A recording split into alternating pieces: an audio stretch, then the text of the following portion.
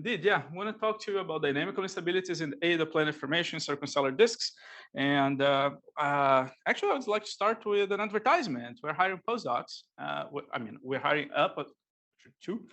One is this position that has been advertised, and I'm going to advertise another one for my group. So we're hiring two postdocs next year.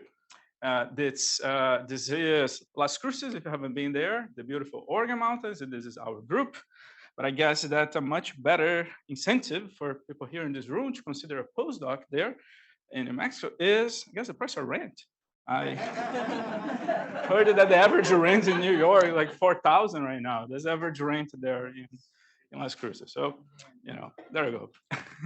Well, the outline of this talk, I'm going to talk about planet formation. Second part is going to be about disk instabilities. And then the last one, how to tie it all with disk observations. So let's start from the beginning then and talk about planet formation, how the planets form.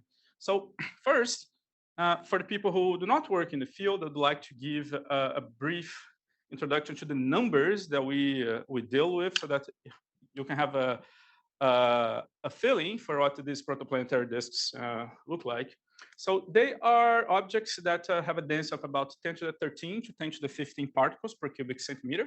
For comparison, the density of air is 10 to the 21 particles per cubic centimeter. The temperature range from about 10 Kelvin in the inner part, in the outskirts of the disk, to about 1,000 Kelvin in the inner parts, closer to the star. Range scales from 0.1 to 100 AU.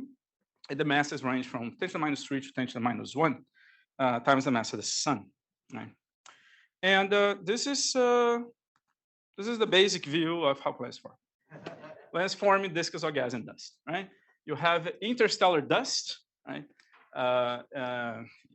Between stars, you get them in this disk, and then somehow they form planets, right? Of course, our job is to explain exactly how this miracle happens.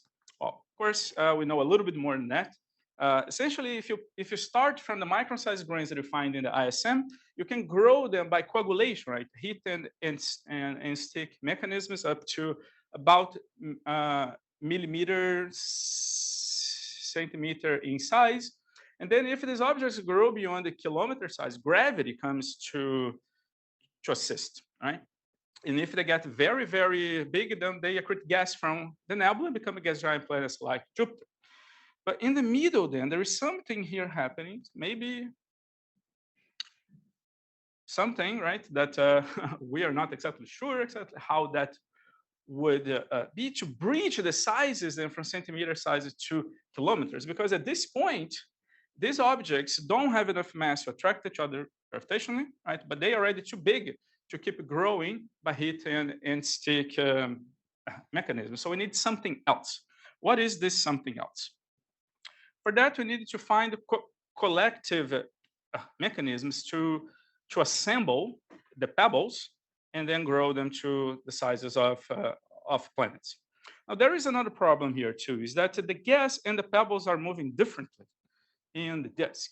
Right? The gas has support from the pressure gradient and the centrifugal force. Right? So there is the gravity from the star, but then you have the centrifugal force from the orbit and a little bit of the pressure gradient too, because the gas close to the sun, to the star, as I said, is hot and dense, and the gas here is thin and cold, so you have a large scale pressure gradient. The pebbles, though, they're not feeling this pressure gradient, right? It only affects the gas. So they're orbiting at the speed that a planet would, right? Just in balance between the gravity from the star and the centrifugal force. This mismatch between the speeds of the gas and the pebble makes so that the pebbles feel a headwind. They lose angular momentum and drift towards the star, right? So this is a calculation here where you're solving for the coagulation and considering also the drift. So you have here the particle size, right? They are coagulating to bigger sizes, and then the distance to the star. This line here is the line of maximum drift. So the pebbles grow to this size and then drift towards the star. So if this is the full picture, planets shouldn't form. You grow them, they drift, you lose them out to the star. But last I checked, we're standing on a planet, so we have good evidence that they exist. So what is wrong here? One thing that is missing is the realization that this drift is itself hydrodynamically unstable, right? whenever you find an equilibrium or a steady state solution, you have to ask if your equilibrium is stable or unstable. It turns out that this drift of the pebbles is unstable. So it is not orderly. It's going to turn into regions that are of higher density and regions of lower density. This is the so-called streaming instability that many in this room here work on and many have heard of.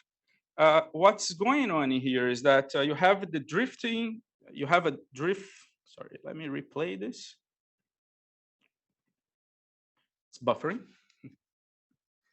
Wow. You have a drifting dust clump, right, moving inwards due to the drag force.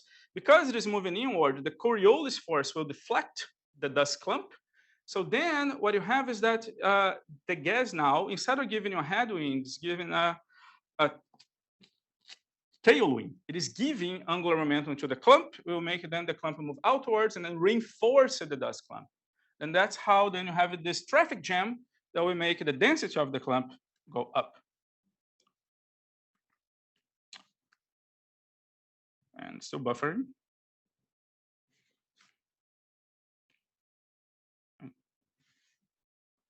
Do I need to restart here? Yeah, you see here it's spinning. Oh, there we go. Oh, actually went one further. Right, and this was modeled by Anders Johansen and Mordecai. This is a video that was actually made here in New York in the museum, showing the highest concentration that you get of pebbles in a calculation, including also the self-gravity of the pebbles to follow their collapse into planetesimal. Turned out that the most massive object, which is this one, is 3 times more massive than Ceres, the most massive asteroid. So this is indeed a way to bypass the fact that the pebbles don't continue growing. You concentrate them mechanically, and then they can achieve the critical densities to collapse in the form of planetesimals, right?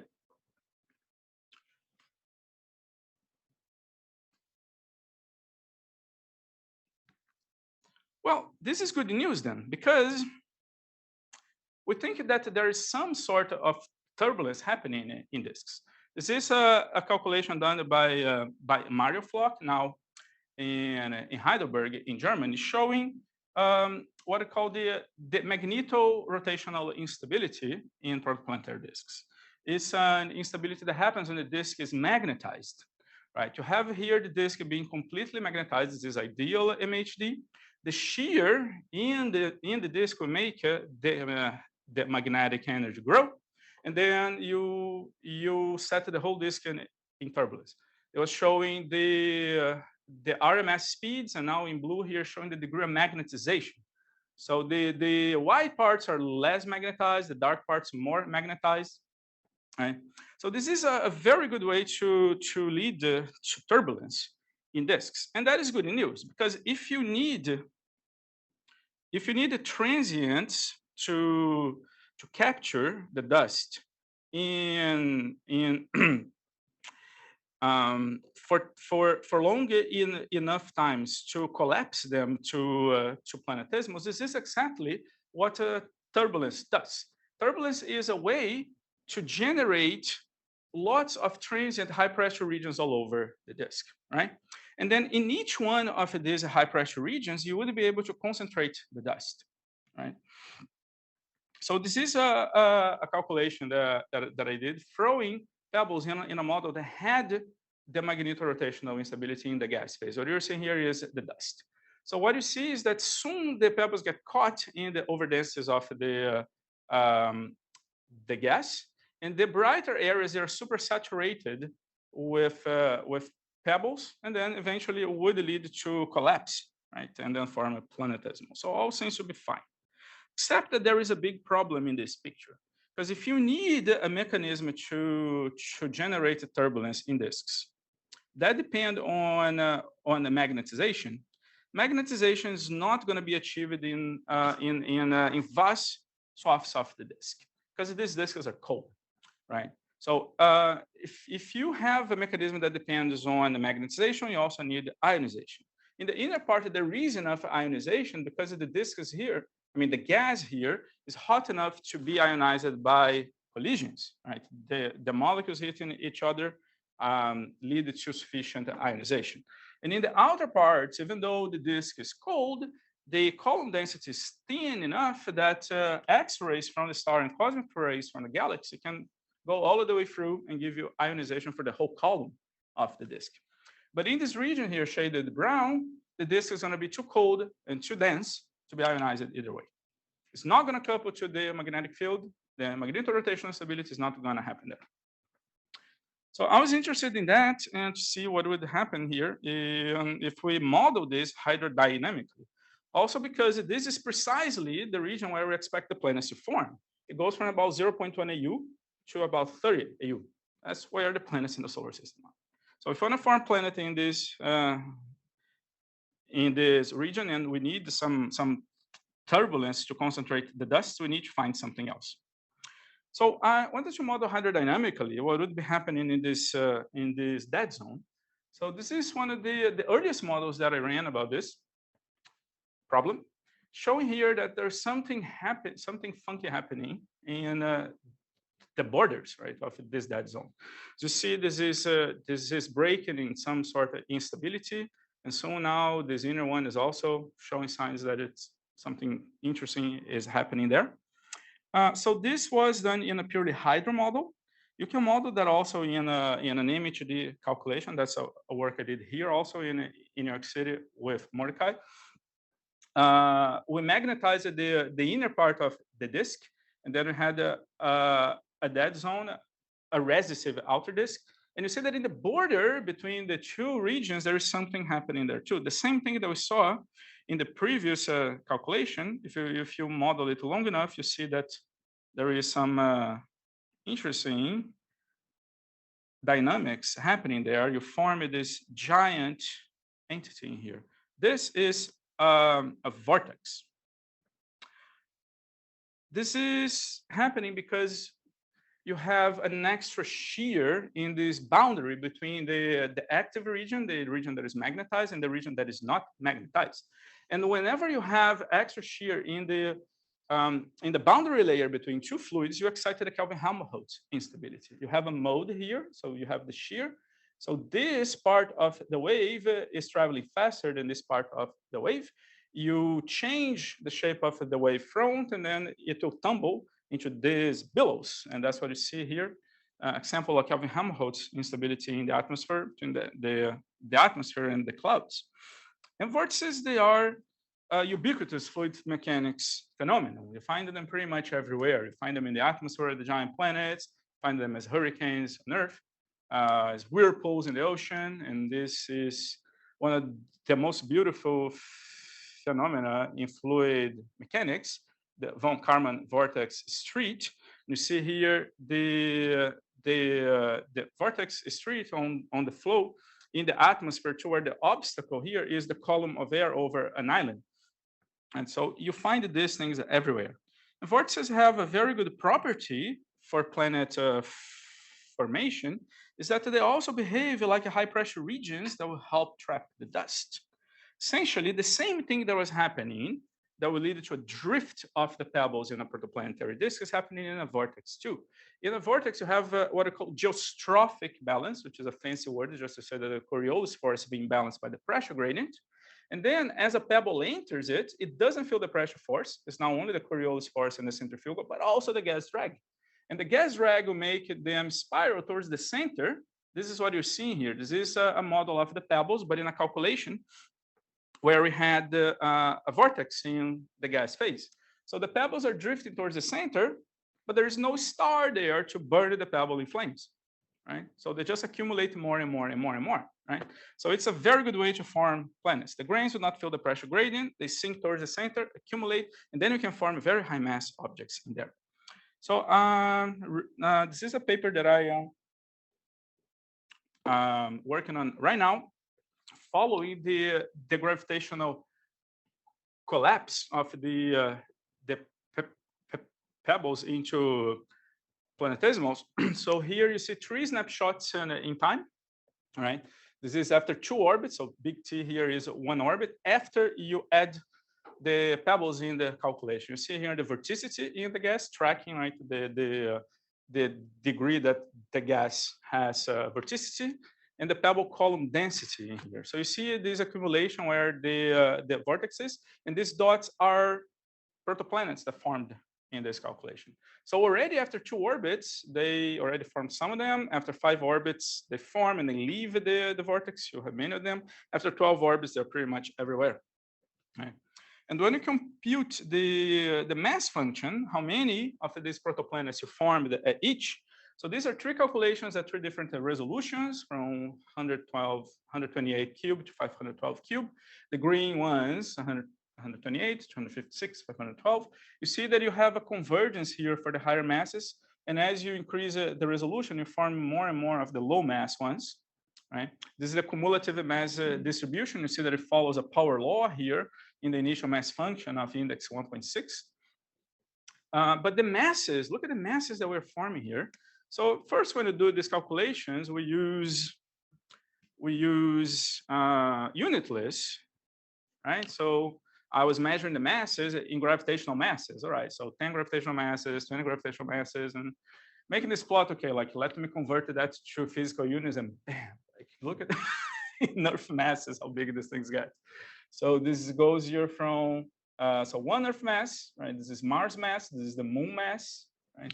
And so this you can form very massive objects by trapping them in vortices. This is how the calculation is going in time. So as the time goes here, I calculated this for about 300 orbits. You see here, as it reaches the critical density, the Roche density, right? You have a burst, and then the number saturates because you don't reach the critical density anymore. So the number of protoplanes is shown here. They just cascade down, and then you have convergence of the distribution of planetesimals. I'm showing here like the Moon mass and the Mars mass, so it seems that it has converged in time. So the take-home message of this part of the talk is that there are 2 routes to form planets. One is extreme instability, the other one vortex trapping.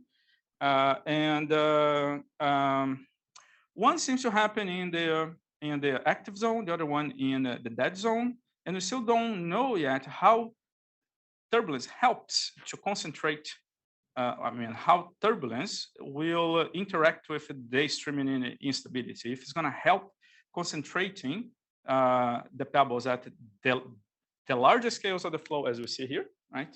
Or if it's going to hinder, that means that the turbulence will lead to too much diffusion at the small scales of the flow. So that's one open question. And also, there are other types of these instabilities, and we want to know also how they interact with these mechanisms to form planets.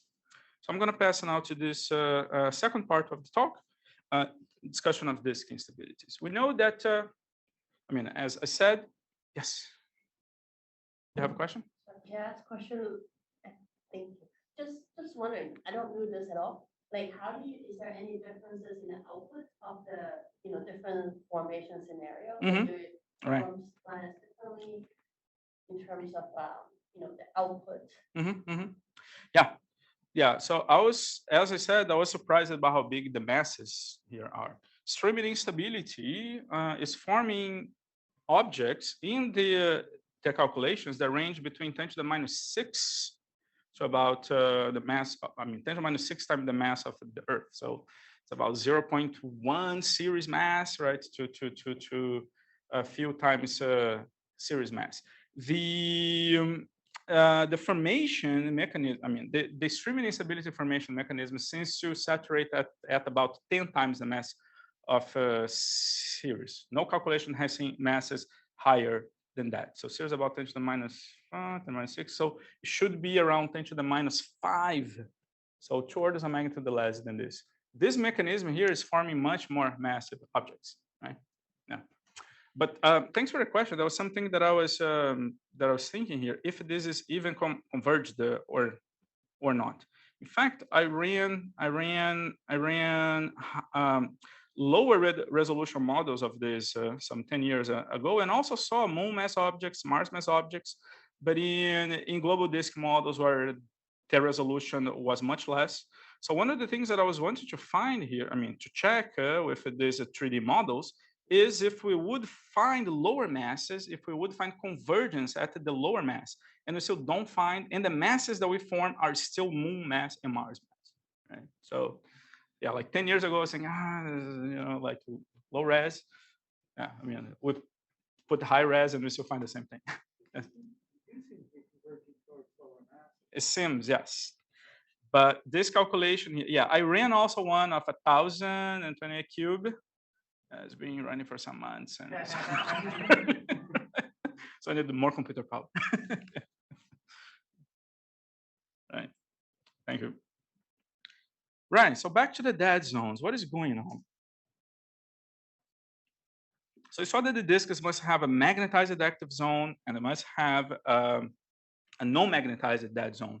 But there is more in the dead zone than just calling it dead zone. In fact, in the past few years, we found a lot more instabilities going on there in the disk. As I said, in the inner part and in the outer part, so this is a scheme, a map, an instability map of the disks. We have here the MRI, right? As I said, in the very inner part where you can magnetize the disk a lot due to just collisions, and in the outer part where the column density is very thin, right? So the streaming instability we're putting here in the middle of the disk, in the mid plane, right? High here, 0.1 in AUs or so, because the dust sediments, right, to the mid plane of the disk, and that's where this should happen. In the very outer part, I mean, in the very upper parts, you have MHD winds, right? Photo-evaporative winds, like that the gas gets so thin, right? And it gets evaporated by the energy that it gets from the star, and also on magnetocentrifugal winds. And in the omic zone, it turned out that the community has identified the three promising instabilities that may be happening there. The vertical shear instability, the convective overstability, and the one that I'm renaming here, resonant buoyant instability. Here, though in the literature, you're going to see that called zombie vortex instability. Yeah. But I think that yeah, resonant buoyant instability makes more sense, and I'm going to explain why. So for the vertical shear instability, the mechanism is shown here. So you have here the angular velocity contours in the disk. This is the radius in the z direction, and this is an angular momentum contour, right? So as you start the calculation, you see this happening here. You see these fingers going through lines of constant angular momentum, right? As you have this gas parcel here at A, if you move that to B, it's going to find itself in a region of lower angular momentum, and it will continue going on and on, right? So this is the vertical shear instability. It is triggered when you have a difference, right, in speeds, so a shear in the vertical direction. Natasha Munger, that was here, right, at the CCA, was working on that. This is also a vertical shear instability calculation done by a student on Hubert's group, Thomas File. Beautiful plot. As you can see here, showing several different quantities in the same plot. You have the vorticity, it's shown here in the midplane, and here the Reynolds stress. For the experts in the field, that's the alpha value. Here, the Reynolds stress, right, is the, the alpha value is the normalization of the Reynolds stress by pressure. When you have this, when you have a value of about 10 to the minus 2, it ends up matching what you will find from the mass accretion rates measured in the observations. So you have a Reynolds stress of about 10 to the minus 4-ish. Right? So not that much, doesn't lead to that much accretion, but as you see, it leads to all of this structure in the disk. So that's very interesting for planet formation, because as you saw, vortices are very good for forming planets. The second instability would be the convective over instability, which is another work I did here in New York. And what you see here is you can start this calculation with just pure white noise, right? You give some amplitude, and then you see that the vortices formed. And what is going on is pretty much the same thing that is happening in stars, convection, right? You have hotter gas here and you have colder gas here. Just that in a star, there would be the surface and this would be the center. In this case here, this is the orbits that are closer to the star and the orbits that are further from the star. This is a figure actually from Field's review back in 2010. Right, you have this entropy gradient here, right, makes so that if a gas particle rises buoyantly, right, it reaches this outer orbit here with more entropy than the ambient gas. And then in this lag is going to be thermalized, but now because it lost entropy, it's denser, so it's going to sink. And then in this lag is going to thermalize back and then you close the cycle. And then this way you generate baroclinicity and keep the vortex alive. Right, so we call this the convective overstability when it comes to disks. You need two things for that, which I already hinted here, which is you need a radial entropy gradient and you need a finite cooling time. Okay, thought I had written here, but it's not showing. Right. Well, I'll go back to it. And the third mechanism then would be the resonant buoyant instability or the zombie vortex instability. What is going on is that if you have a perturbation anywhere in the disk, the epicyclic frequency of that oscillation is going to find a resonance with the buoyancy frequency somewhere in the disk. So that is going to excite that resonance that is also going to be amplified, right? It's a resonance. And now this new resonance, the epicyclic frequency of this perturbation is also going to find a resonance with another buoyancy frequency elsewhere, and then the whole thing cascades. That's why I'm calling it a resonant buoyant instability. They call it zombie because it happens in the dead zone and it's sketchy. So, yeah. Now, these three mechanisms, what I find amazing about it is that they all happen in different regimes of cooling time. So they can be translated into different opacity regimes. Right? That's why you can map them to different locations in the disk. The vertical shear instability happens because you have a vertical shear and something that is moving outwards, continues moving outwards. So buoyancy stabilizes that, right?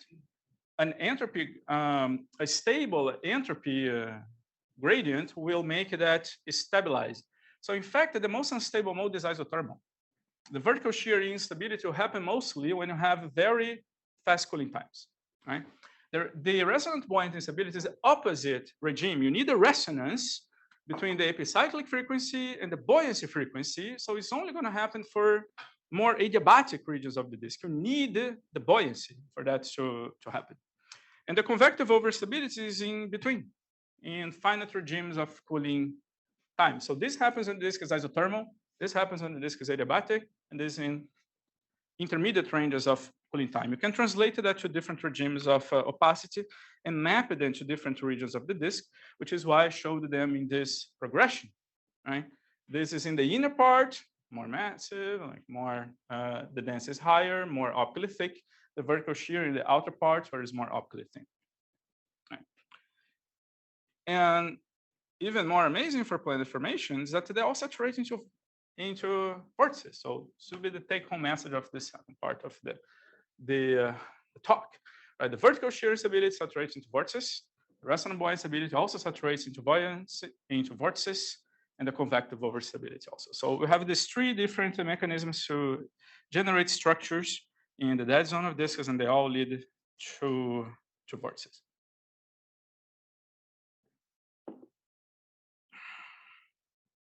Finally, what does it have in, what do these all have bearing with on the observations, right?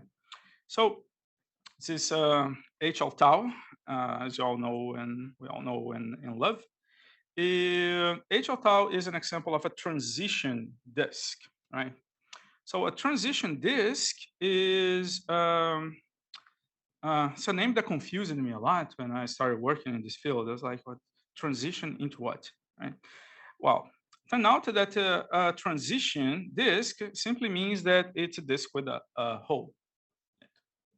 So this is the spectrum that you get from a typical disk, right? You have here the black body of the star, right? And then you have here the infrared axis from the disk, right? And here then the Rayleigh-Jeans tail in millimeter and radio wavelengths. Turn out that the spectrum of a transition disk is missing. It's missing the hot dust, right? It's missing the infrared. You have here the black body of the star. You have the millimeter axis, but it's missing here all of this infrared axis, this near infrared axis that is seen in the classical Titori, CTTS classical Titori star. Right. The interpretation for that is disks with a hole, right? Disks that are missing the hot dust, right? So this is the model for a transition disk. Right? There's a star, there's a disk that goes beyond, and then you have a hole here in the center.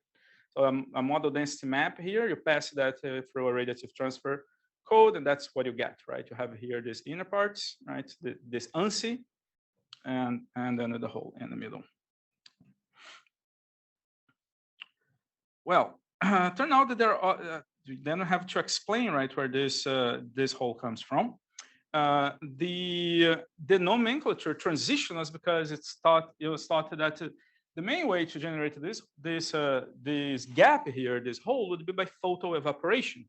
So these would be disks that are transitioning from a gas-rich state to a gas-poor state, and then you get rid of the gas from the inside out, evaporating it from the inner parts. It turns out there are other ways to generate this that are not immediately connected to disk evolution. So transition disks may not just be transitioning, right, from gas rich to gas poor. It may simply be that these are disks of planets, right? So how would you carve that hole if you have a planet in there? So you have the accretion flow in here. You put a planet there. The planet carves a gap, separates the outer disk from the inner disk, blocks the gas from flowing in. The inner disk empties onto the star, and then you have just the outer disk and a companion. Then you generated a hole there in the disk, right? So that means that these cavities could be telltale signatures of forming planets, right? So what do we see them in a calculation with a planet? You see spirals, right? You see vortices here in the edges of the gap, right? And you see the gap. So this is one of the few instances where a planet has actually been seen inside the gap of a star. That's the disk around the star PDS 70, the planet here, PDS 70b. Found a new planet also, the PDS 70c, right? So planet disk interaction leads to gaps, spirals, and vortices. And when you look at the structures that ALMA is seeing around disks, this is exactly what you see. You see gaps, spirals, and vortices. Of course, not in the same disk, but you see precisely these three types of structures that have been predicted by numerical simulations. So H. tau here, beautiful example of these rings and spirals. I mean, spirals here and SAO 20656. And Ophiuchus IRS 48, beautiful example here of maybe a vortex. You see that there is a bigger concentration of dust all in one side of the star only. And I'm going to go back to it soon. So this is being possible due to ALMA, right? The Atacama Large Millimeter Array. And people are calling this the ALMA revolution. Guys, that's just the ALMA resolution, right? That's where the revolution comes from. This is what could be done way back when, right? I mean, if you put the solar system at 140 parsecs away, this is what could be done before ALMA, and this is what ALMA can do. Right? So that's how much better the resolution got. That was done. That was H. tau observed with Karma, and H. tau observed with ALMA. So fantastic. Well, the structures, right, that are seen in disks also became much sharper. That was what could be done back in 2012, right, with ALMA cycle 0, and what is what ALMA is doing now. Right? So way better resolution. Right. And indeed, you can see here some objects, right, that have what look like vortices in here. Right? This one, that's AS209, and Ophiuchus IRS48. As I said, it's a huge vortex that was observed with ALMA. So let me explain here this observation quickly. So you have here the observation with ALMA. ALMA is tracing the millimeter dust grains. So they all seem to be on one side of the star, right? This is the observation of the gas. So you have the gas here that is being blue shifted, so towards you, and then the gas that is being red shifted. So it's obviously something that is executing Keplerian rotation. And then the micron size dust grains observation in infrared that is in brown here. You see dust all over the place. So there's something that is filtering the bigger grains only, but not the small grains. And yeah, we could explain that with drag diffusion, with drag and diffusion equilibrium inside a vortex. So here I'm gonna break one of my first rules of giving talks, which is to never show equations. But this is the dust continuity equation. You have the advection term, the compression term, the diffusion, right? Have here the drag force, right, and the diffusion. What I wanted to do here is to find the steady state between the drag force pushing the pebbles inwards and the diffusion kicking them outwards, right? Because if you are seeing that in an observation, some steady state maybe, has should be happening there, otherwise we wouldn't see it, right? So in those models that I was showing before, you trap the dust all inside the vortex, but you don't see them being diffused outwards. The diffusion is of course due to the turbulence. Right? So essentially is getting to solve this equation here, cancel the time evolution and find a steady state. Well, I learned back in grad school to go analytically as far as one can and only run simulations when we cannot go any further. Turned out that in this case, we could go analytically all the way. So this is the steady state solution. It depends on a few quantities. The quantities that I'm showing here, the vortex semi-minor axis, the scale height, vortex aspect ratio, delta is the diffusion parameter, Stokes number, which is the size of the grain. It's a model-dependent function. Basically, on these three quantities here, the scale height of the disk, the aspect ratio of the vortex, it's quantity S here, which is the Stokes number over the diffusion parameter. So it was quite fun to play with this function here and try to fit it to the observations. Turned out that, yeah, that's a very good fit. So this is another disk that has what looks like vortices in them, MWC 758. You see here like these two lobes, right, that dust is being trapped in them. What you're seeing here is an overlay, right, with a sphere. So that's observation in infrared. That's this ANSI that you see here. ALMA, it's the blue contours, and then VLA, the red contours, right? So ALMA is tracing the millimeter grains, the sphere, in infrared, the micron grains, so on the surface of the disk. And VLA then is tracing even bigger grains than that, right? Centimeter size grains. You see that there is a spatial collocation, right, between the VLA contours and the ALMA contours. This was what could be done in 2015. As you see, ALMA is adding more antennas. This is what could be done with ALMA and VLA in 2019. So much sharper features that you see. So you can combine the ALMA observation with the VLA observation. You fit them here, and you see that the VLA contours are indeed smaller than the ALMA contours. So this fits with the results that we get from the models. That as you trap the dust, the bigger grains, right, the higher Stokes number will concentrate more than the smaller grains. So this is a simulation here where you have the vortex in the gas phase, the small grains, Stokes number 10 to the -2, right? So millimeter, centimeter size. So that's what ALMA would be seeing. And VLA would be seeing more this type, so much more concentrated.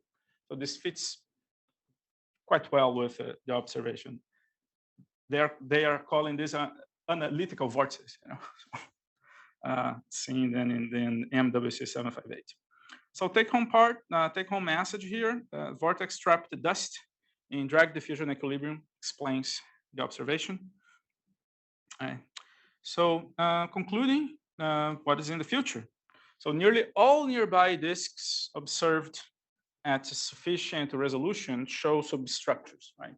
The types of substructures that are seen are crescent-shaped, have spiral arms, rings, and gaps. And what is it that we can expect in the future, right, with more instruments?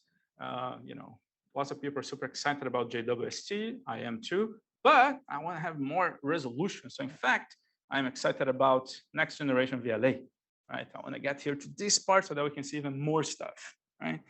So this is what ALMA can do now, and this is what NGVLA is promising to do, right? So if you put Jupiter, Saturn, Neptune in, in a spur at 140 parsecs in the nearest star forming regions, VLA would be able to see this. We would be able to see Jupiter, right, at 5 AU, right? This is Jupiter here, right? NGVLA would be able to resolve that. So I'm definitely looking forward to that. New Mexico has a bright future. Conclusions, then there are two routes for planet formation, the streaming instability and the vortices, and they seem to be complementary. Open question, if turbulence helps concentrating the pebbles at the larger scales or hinders because of the diffusion at the small scales. There are three dynamical instabilities in the recessive that zone.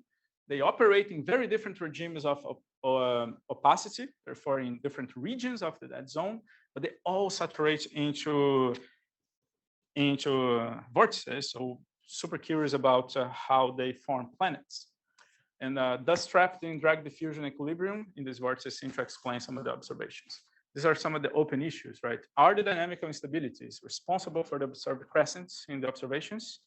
What is the overlap between these instabilities? They have never been modeled in the same simulation. We still need the global models of some of these instabilities, chiefly the convective overstability. The relevance of the resonant buoyant instabilities is still unclear. And what are the planet formation properties and their synergy with the streaming instability? So this is my check table of stuff that I want to do in the next few years. So some of them have been done, some of them haven't. Thank you very much, and I will be happy to answer questions now.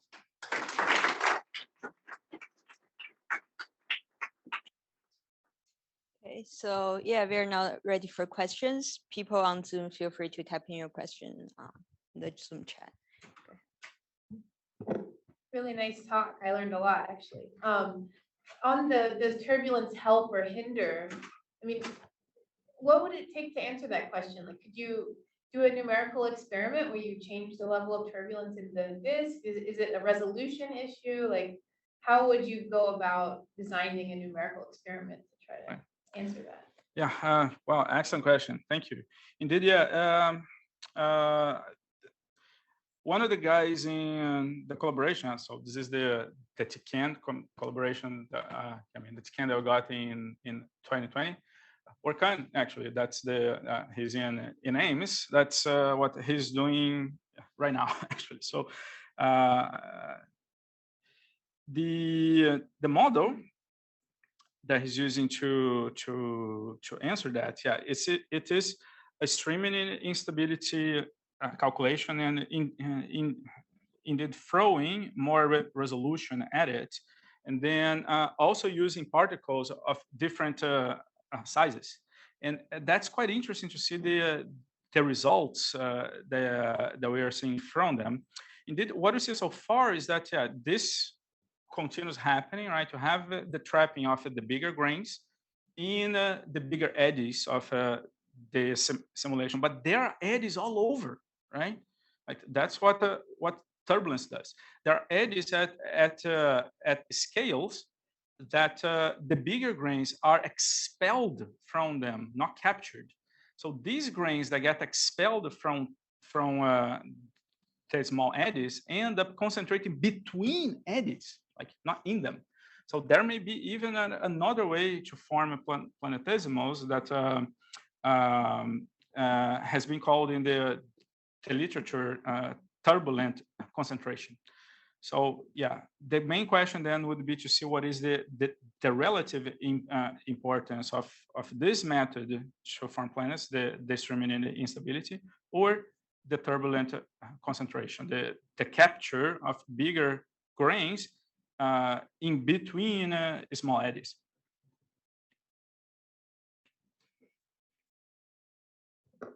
Can I ask about the connection between the first and the last bit of the talk? Of So course. for the dust, the vortex concentration diffusion equilibrium, when you sort of reach that equilibrium that matches the observations, how close would you be to perhaps reaching the Roche density and forming objects in that kind of situation? Yeah. Well, excellent question too. Thank you. Yeah, maybe I'm wondering about that as well. And yeah, we do see the. I thought I had a. So yeah. So yeah, okay. Yeah, you trap the dust right in this vortices, and then as you add the feedback of the grains, you see that it breaks down, right? So you have not like one single concentration; it breaks down into many different ones. So we end up seeing that at some points, right, the disruption gets very well. I mean, like you end up concentrating so much dust, you disrupt the vortices. So this is what you see here if you have a dust to gas ratio of 10 to the minus 2, right? So you don't see anything else in the midplane anymore. And then at 10 to the minus 4, you still see, right, some trapping happening there. What I showed was that this is something that happens only though in a 2D case, but in a 3D case, so this is a 3D calculation with the vortices being trapping the dust, right? You see that so this is the mid plane, right? This is with the back reaction, this is without the back reaction. So if you only had this view here in 2D, you would conclude that the dust trapping eliminated the vortex completely. But as you can see in the 3D case, the vortex continues like up and above and below the mid plane, and this is the dust trapping. You can see here there's still some dust right that is being trapped in the vortices. We followed this trapping to see how dense, right, it would get in here. So this is showing the maximum dust to gas ratio, right, that we have in this different calculation. So this is for Stokes number equal 1 and Stokes number 0.05, right? And for Stokes number 0.05, if you start from 10 to the minus 4, right, dust to gas ratio, you don't, well, I mean, you reach here. So all of them here seems to reach dust to gas ratio equal 1.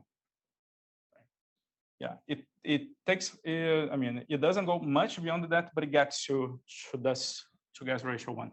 All models here, right, all the Stokes number that we tried from all dust to gas ratios that we start with, there are some regions inside the vortex that lead to dust to gas ratio 1. Now in this model, we didn't have the resolution to capture the streaming instability, right? So, but that's entirely possible that these regions here that reach the dust to gas ratio 1 would trigger the streaming instability. That's actually something that I want to do with these models here to increase the resolution in these 3D models that I showed, so that we can resolve also the streaming instability in them. But I needed to publish this paper first, and then I'm going to do that.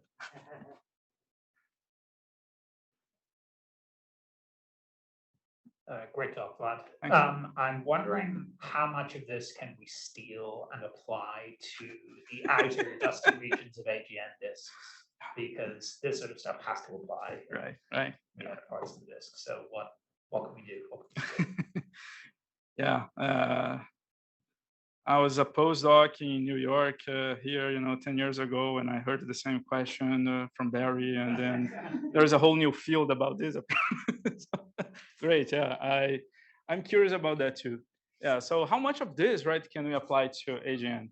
I would say that the main difference between AGN and protoplanetary disks, you know, if you apart from mass, size, and this, of course, like if you scale up, right? If you scale up, if you take a protoplanetary disk and scale it up to the sizes of an AGN, a lot of it can still apply. The main thing, though, is the ionization, right? The ionization would probably not be the same because what we're having here is what is ionizing the disk is the X-rays from the star, right? It's you only have collisional ionization in the inner part, right? Essentially, protoplanetary disks are passive and AGN disks are active, right? So the degree of ionization probably will change this. And I would imagine that most of the AGN is MRI active, right? Most of the protoplanetary disk is not, right? It is too cold and too dense, it's dusty. But there are regions, of course, of an AGN that are also cold and dusty. So if this is happening there, I'll be happy.